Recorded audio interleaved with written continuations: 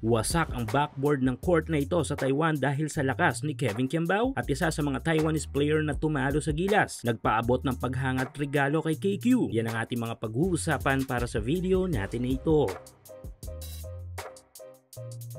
So patuloy nga ang kanya-kanyang ensayo ng ating mga Pinoy hoopers overseas. Sa bilig ng Japan ay nagsisimula ng sumali ang ating pambato na si Kaiju sa ilang mga team practice. Though hindi pa ito kasama sa ilang mga tune-up games ng team ng Alpas, ay good thing ito dahil nga hindi siya napag-iiwanan sa mga kalaman sa mga plays ng kanilang kupunan. Habang isa naman nating gilas young player na si AJ Adu ay nagpapakita ng malaking improvement matapos ang naging stint nito sa ating national team na makikita sa mga tune-up games ng kanyang bagong kupunan na Ganma Crane Thunders. Maganda rin ang ipinapakita ng dalawa nating gilas young player sa KBL ng Korea na si Kevin Kiambao at Carl Tamayo. Yes, papatas pa rin ang development ni Carl Tamayo para sa kanyang kupunan na Changwon LG Sakers, kung sana'y nananatili pa ring ace player ito ng kanilang kupunan, kasama ang Egyptian national team player na si Asem Marie na naging malaking factor sa kampyonato ng Sakers last KBL season. Kaya naman mananatili ang malaking tiwala ng Sakers dito sa tandem ni Carl at Asem para sa 2025 at 2026 KBL season. At kung may isang overseas player tayong may lalarawan sa salitang grind, eto nga'y walang iba kundi ang ating NBA hopeful na si Kevin Kiambao. Grabe naman kasi talaga ang hard work ng player na ito. Mula sa Amerika kung sana'y milya-milya ang layo sa bansa at pamilya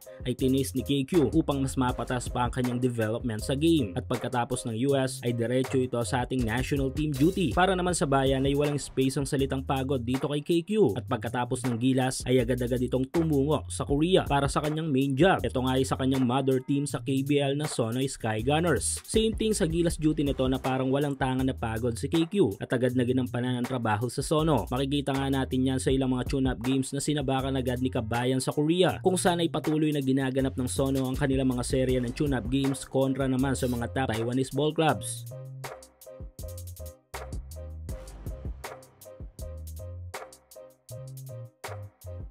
At again, patunay ng pagiging gigil ni KQ sa game upang mas maging malakas pa ang laro nito ay ang bagay na ito na kanyang ipinost sa kanyang social media account. Yes, nabasag lang naman ni KQ ang fiberglass board ng court na ito sa Taiwan. Sa mga larawan at video footage ay makikitang nangihingi pa ng pahumanhin si KQ sa Taiwan dahil sa nagawa nito. Sa mundo ng basketball, ang player na nakakasira ng backboard ng isang basketball court ay tinuturing na malakas na manlalaro. Sa NBA, 4 na kilalang manlalaro na mas sumikat pa dahil nga nakasira sila ng backboard ay sina Darrell, Shaquille, Michael Jordan at LeBron James.